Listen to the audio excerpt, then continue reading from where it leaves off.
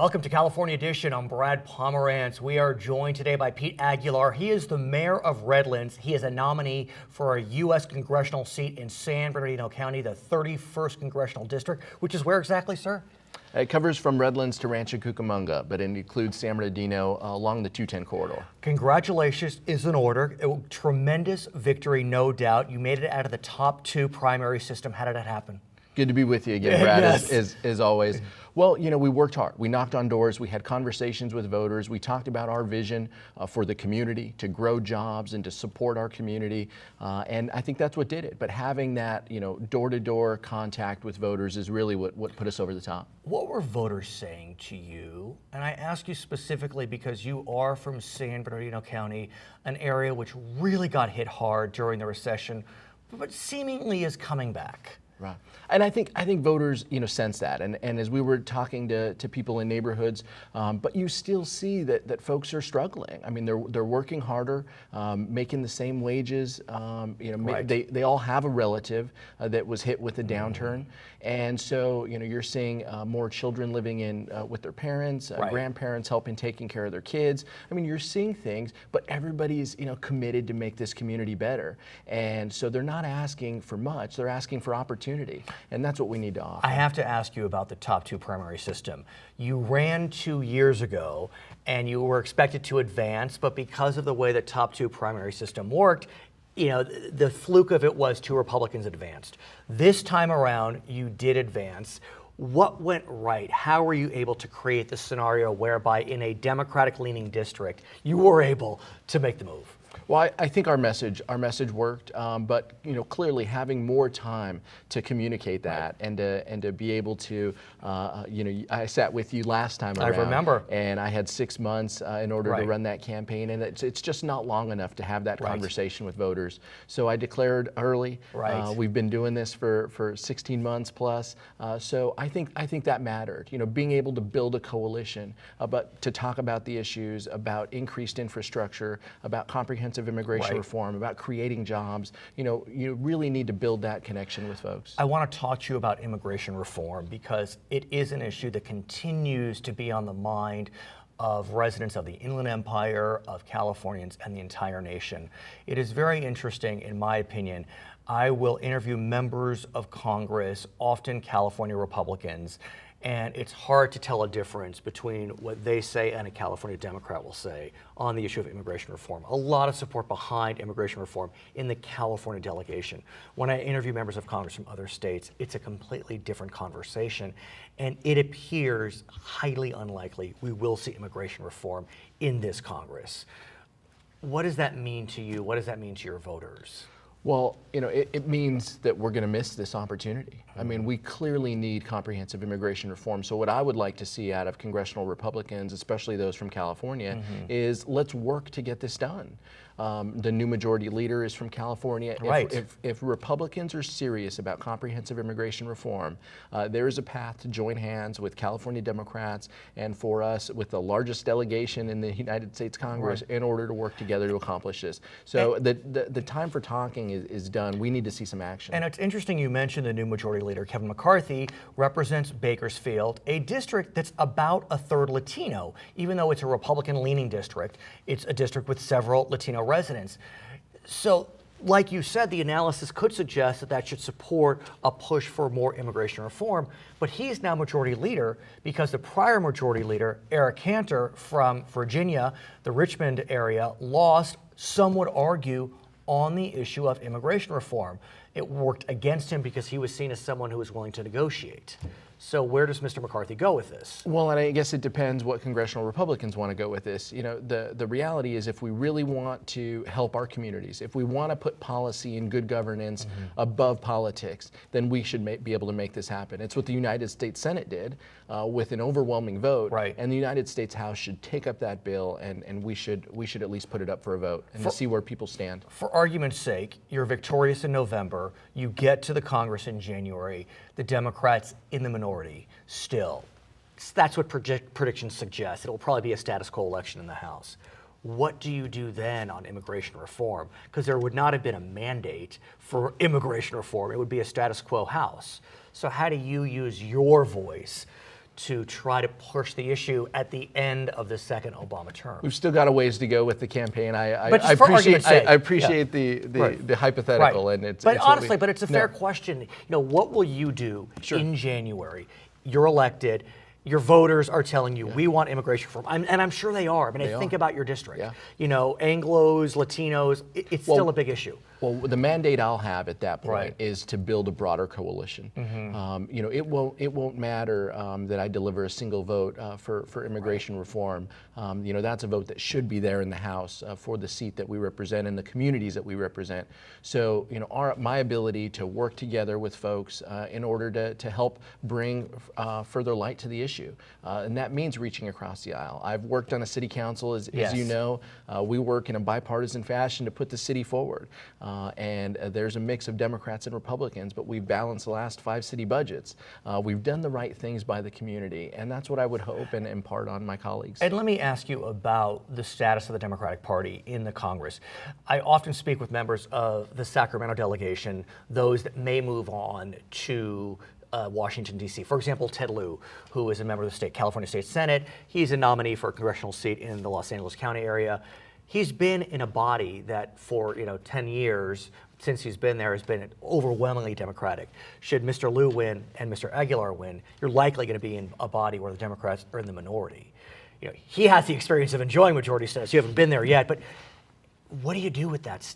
How do you, in such a polarized Congress, become effective? Well, you advocate for issues that are important to your community. So you talked about immigration, but by any metric, if you look at joblessness, if you look at poverty, if you look at transportation and infrastructure investment, the Inland Empire is poised to be able to raise our hand and to say, we need support. We need further investment from the federal government that will help stimulate economic development, economic growth, and create jobs. So those are the things that a member of Congress can do, whether they're in the majority or the minority. I should be telling our story about the Inland Empire, how we're perfectly situated between the ports of Long Beach and LA and the rest of the United States, how we do suffer from environmental issues as a result of that growth, but how our people are just so committed to a better quality of life. And we just need folks to advocate that message, and I'm confident that the Inland Empire will do well and grow and thrive. So when you arrive, presuming you arrive, you'll get to make some requests in terms of committee assignments, in terms of your bailiwick, what you'd like to become an expert in. Have you thought about it? Ms. Pelosi, I'd like to be on XYZ committees. I'm sure you've gotten that question before. Yeah, and I think my background and the work I've done, really lends that I might want to continue to work on transportation and infrastructure issues. Fair. I'm a board member for the San Bernardino Board of Associated Governments. We make Sandbag, billions of dollars right. of investments into our streets and roads, and that's an area, as I mentioned, that could grow jobs. Financial services and the financial world. I grew up and cut my teeth in the credit union world. And so I know a little bit about how individuals are struggling with access to capital and how that impedes entrepreneurs and what we need to do in order to support small businesses. So I think those are areas where my background would lend a little bit of help. But again, these are decisions that are made in January by others. So at the same time, when you talk about transportation, it's hard not to think about high-speed rail. And I don't think it would go through your district if it happens, but have you thought about that? It's such a polarizing issue in Washington. Leader McCarthy's against it, right. Governor Brown and Democrats for it. Yeah, the tough part for the Inland Empire and even the broader Southern California is where's the benefit? Show us the benefit of economic development and growth around that line. My feeling is there are commuter rail lines, MetroLink. There's rail from Redlands into San Bernardino that expands on MetroLink. We can make MetroLink more efficient in Southern California. Those are investments we should be making that have a proven track record of delivering results. His name is Pete Aguilar. He is a nominee for the United States Congress in the 31st Congressional District. I'm Pomerance, and this is California Edition. In what decade in the 20th century did the United States population boast its largest percentage of foreign-born residents? 1910s, 30s, 50s, or 1990s?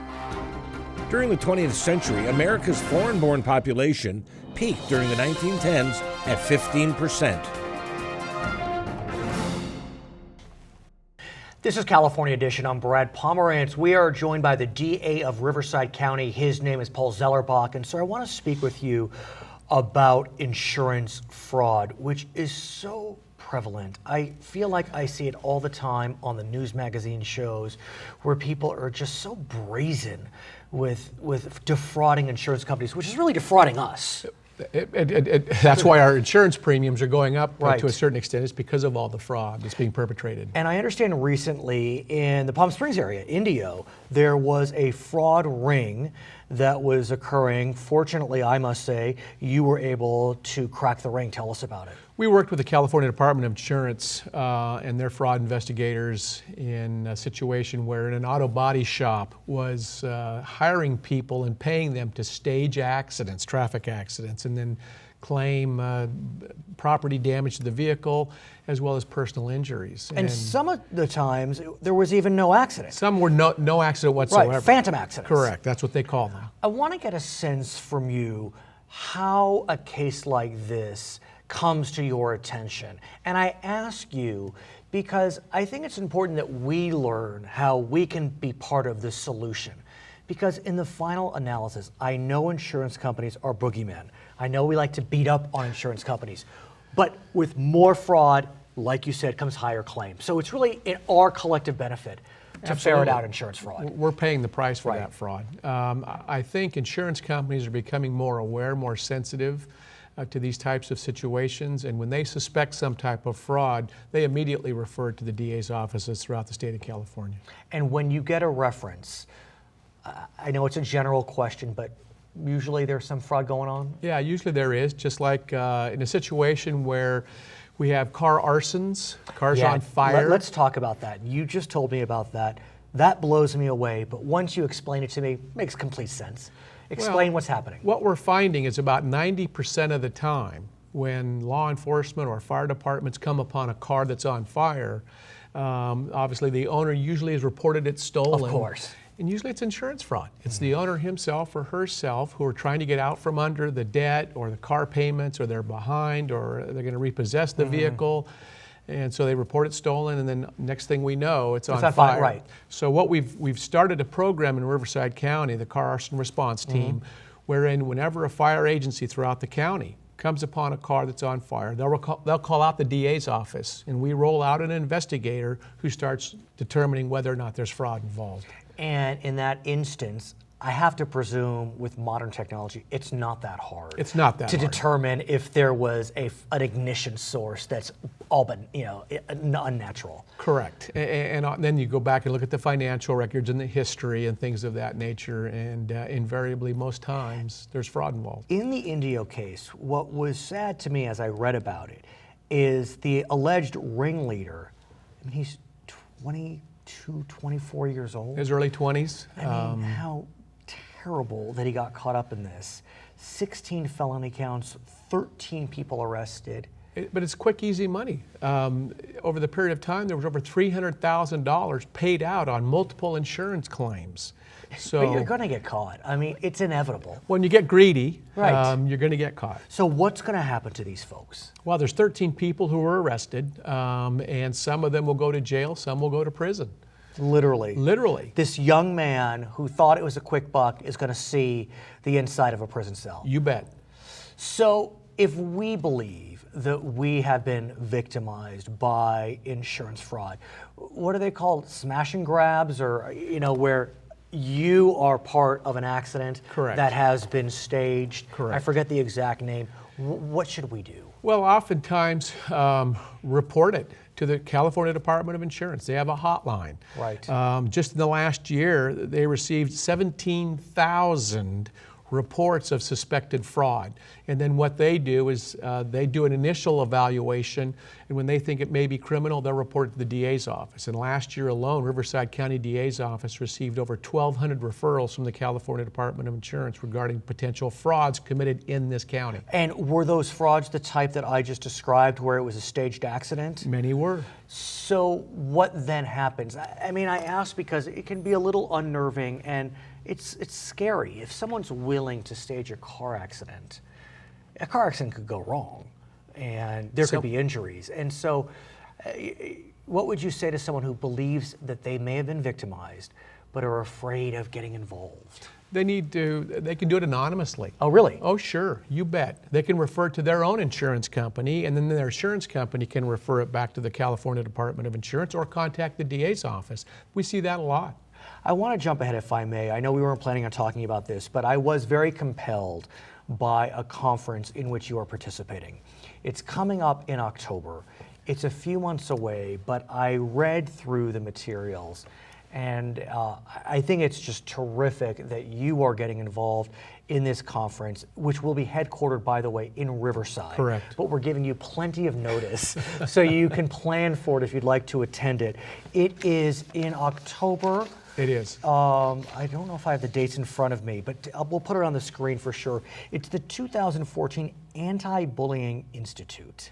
Give us a sense of what that is, sir. Well, it's the first one of its kind, and we have seen more and more bullying. You know, when you used to go to high school, you had your high school bully, but no longer. With the use of the internet, bullying has taken on a whole new dimension.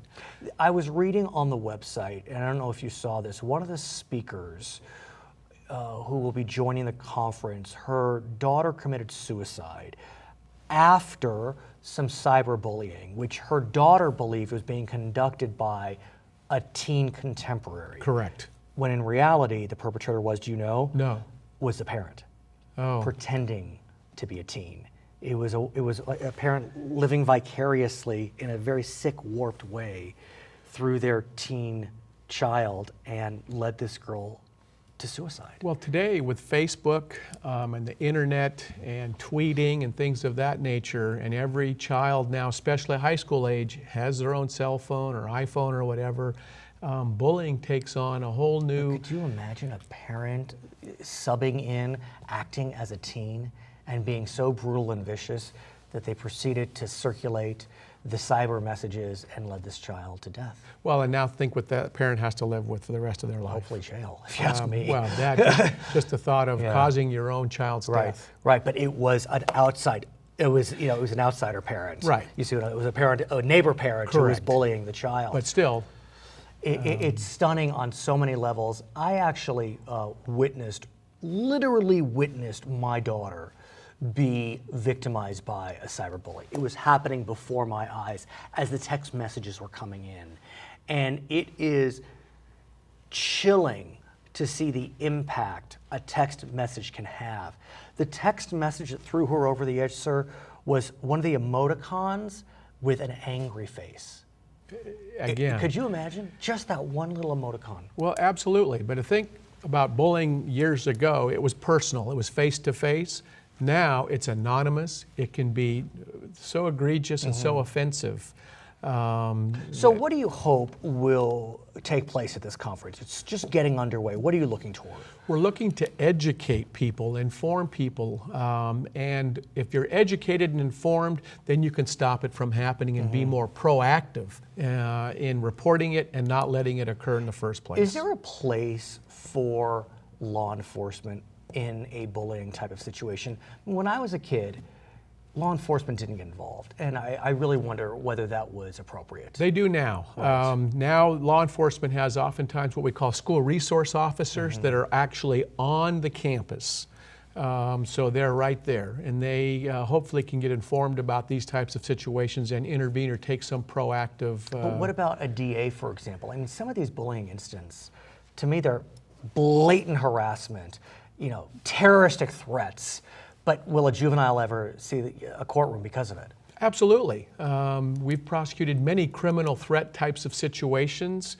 It's got to be pretty extreme before the DA's office gets involved, but certainly on occasion we have. His name is Paul Zellerbach. He is the DA for Riverside County. My name is Brad Pomerance. We thank you for watching California Edition. What percentage of school assailants report having felt bullied, persecuted, and or threatened by others? 38, 59, 75, or 87%. According to the FBI, 75% of school shooters have felt bullied, persecuted, and or threatened by others. Welcome back to Charter California Edition. I'm Brad Pomerance. We are joined today by Fernando Solorzano. He is the Chief of Police at Cal State Long Beach. And sir, it's hard to deny that many folks are thinking about the tragedies that have fallen on campuses throughout the nation over the last year and a half or so. Since Sandy Hook in Connecticut, about 75 school shootings. We think about what happened in Oregon recently at UCSB. I mean, Cal State Long Beach, big campus, knock on wood, it hasn't happened here, but it could. Absolutely, yes it can. So talk to us about your feelings about what's been happening and what you're doing to try to prevent such a tragedy. Okay, well I think one of the first things that come to mind is facing the reality that we live in today. Right. Okay, we understand that these incidents are happening, and they're happening a little bit more often than we probably would like. Right. So, with such a task at hand, in my opinion, one of the better things we want to be able to do is prepare ourselves. Right. And let's talk about that preparation sooner than I expected, but I want to talk to you about what CSULB did recently, and that was you literally held an active shooter drill on campus. Yes. It was in the summer of 2013, and I want to get a sense of what that looked like. What happened on that day? Okay. So this drill really is an evolution of what I like to, refer to as our critical response to a critical event such as an active shooter. So this would be the second phase of our evolution of this type of training. First phase being the very specific training that's involved with the officer response. Okay. Okay, the second phase is now the joint effort with the agencies, local to us, i.e. Long Beach PD, Long Beach Fire. This part of the training dealt with our in-house resources, as an example, our health center. So we had over 200 participants taking active roles in this drill. It's interesting. I recently spoke with a sheriff in a Central Coast county, and he explained to me that the way that law enforcement is addressing these types of situations is different than, let's say, back in Columbine. So back in the Columbine era, which was the late 90s, what the authorities did is they decided to seal the entire campus. It wasn't until the entire campus was completely secured that they allowed paramedics in. And the sense was that some of the children may have died because they sealed the campus, they secured the campus before paramedics were let in. Now, as I understand it, what law enforcement is looking to do is kind of secure certain areas. And so even if something is still going on, they will let paramedics in because that area has been secured. Is that what you're seeing as well? Yes, in fact, our drill dealt with that specific situation, with that scenario, where police officers initiated a response, went after the threat in attempts to neutralize it. Then we saw fire department come in right after and start doing some critical triage to try to extract some of those victims, that were in the line of fire. Because the reality is, if you know of the perpetrator is not in a certain area of campus, why not let the paramedics on that area? That is correct. It's undeniable they've secured that area, but I had no idea that is not what happened at Columbine. Right, that is correct. They literally waited for the entire campus to be, is it swept? Is that what it would be called? Right, it would have been swept, would have been secured. So obviously, since Columbine, it had been a huge learning curve experience for us where we no longer wait. Right, so let's back up if we can. So, actually, let me ask you about the active shooter drill. How did it go? It went really well. It was a good testing process for Long Beach Fire to test exactly that. That information you just shared. And they were able to, do some good assessments, analyze, their response, analyze the different dynamic situations that take place, and able to, form, some guidelines for themselves, so a process that they will follow in the future. It was a good opportunity for law enforcement to work very close with fire. Sure. And a means to be a little bit more resourceful, in such, very, traumatic type of situations. What's crazy about these types of scenarios is, as an example, Isla Vista, I believe there were 9 crime scenes, even though there was only one perpetrator, 9 crime scenes, because he, as we know, was driving through that small town. And so what challenges does that present for law enforcement like yourself? Probably one of the biggest challenges is staffing, and having the resources. So when you have crime scenes that are spread out so far and wide, you really got to do everything you can that's possible to secure the crime scene. So you need the resources, you need the staffing, and then you just got to follow a very methodical process so you don't miss anything. So let's back up if we can. So obviously we want to avoid an active shooter, but in the final analysis, to avoid that, we really need to be aware of our friends and family and how they're feeling. And in a campus community, that is so critical and so pivotal. The irony behind the Santa Barbara situation was that the perpetrator's parents were aware that he was descending into mental illness, and they were doing their best to try to recover him from the depths of depression, anxiety, psychosis, whatever it was. But oftentimes the parents may not be aware, and so it's the students that need to be the eyes and ears of society, of communities. What would you recommend to students, to faculty, to staff in terms of warning signs for individuals that may be breaking? You know, Brad, I think in these days now, you can't question, you can't second guess yourself. If it looks suspicious, if it doesn't look right, if it just seems awkward, you know, report it to somebody. You know, here, you know, on campus we have, you know, local resources. We have the counseling center. You know, we try to educate our students. We try to educate our faculty, our staff. You know, we have a special link to a run, hide, fight video to give people some options of what they can do. But in essence now, you know, whereas before, you know, oh yeah, Johnny's acting a little weird, you know, may have gone, you know, without notice. Now it's like, well, if he's acting like that, maybe we need to tell someone, maybe to report it. The flip side, though, is that there is a lot of attention being paid to mental illness and those who are mentally ill that perpetrate crime. But we know that as you look at society, those with mental illness and those with not, they have the same risk of committing a crime. It's about 4%. And so I'm wondering if mental illness, although we do need to focus on it, you know, not just for the safety of society, but for the individual as well, is it a straw man? Are we too focused on mental illness? And should we be looking at other areas? Access to guns, domestic violence, those types of scenarios. I believe mental illness right now is going to be a priority. You're starting to hear a lot from the legislation level and even up higher. But no, I would agree. I think you got to look at all the different areas that might encompass the behavior such as you mentioned. So I think it's important that we just don't very quickly or without give some due diligence look at it all those other surrounding factors that could also contribute to violent behavior. Right now mental illness seems to be the focus, and I'm sure that as more professionals start to really assess and analyze these different situations, we may come up with some different avenues as far as helping us to respond. What's interesting about LA County being a large county is this county does have what's known as co-response units, which allows officers to access the resources of a mental health professional if they need to go on a welfare check. Not all counties have that, and even LA County has maybe 50 if they staff up. What can be done to improve the welfare check system? I mean, you're not a PhD in psychology. So, one of the first things that comes to mind, Brad, is education. Education and training. We got to educate a little bit more our police officers. When they do respond. So they can make the call to call the professionals.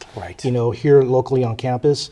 Maybe it's time to start looking at getting a team together that we can call someone from our local resources to come out and assess a student, a faculty member, staff member, just so that we can be a little bit more proactive rather than reactive. Well stated. His name is Fernando Solorzano. He is the Chief of Police of Cal State Long Beach. My name is Brad Pomerance, and this is California Edition.